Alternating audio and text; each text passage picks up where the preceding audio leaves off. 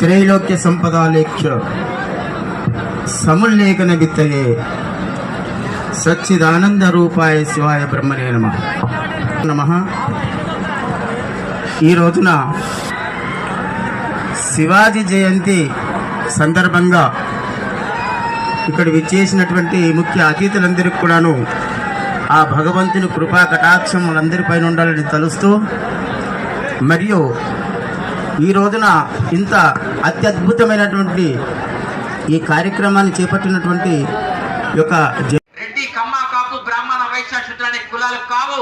అలా గనక మీరు ఉంటే ఖచ్చితంగా మీరు చావుకు దగ్గర కావాల్సినటువంటి ప్రార్థనతో ఉంటుంది తప్ప విజయం సాధించలేరు అని ఆనాడు వీరబ్రహ్మేంద్ర స్వామి వారు 1608లో జననమయ్యి, శివాజీ వారు జననమయ్యి యుద్ధం చేసే టైంకు వారికి 30 సంవత్సరాల వయసు, వీరికి 20 సంవత్సరాల వయసు ఉంది.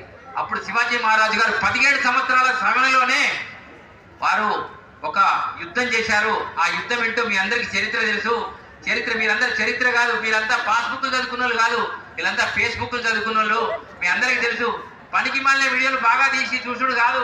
ఖచ్చితంగా ఈ స్టేజీ మేము దిగిన వెంటనే, ఇంటికి వెళ్ళినాకనే ఛత్రపతి శివాజీ మహారాజ్ యొక్క బయోగ్రఫీని చూసి మీరు నాలాగా మాట్లాడే రోజు ఈ జైరాబాద్ కాదు, యావత్ భారతదేశం అంతా జైరాబాద్ నుంచి వెళ్ళి ప్రవచనం చేసే స్థితి మీరందరూ రావాలని.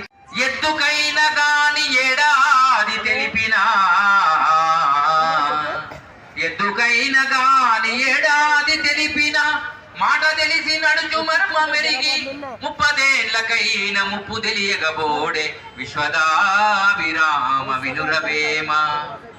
ఒక పార్టీ ఉంది.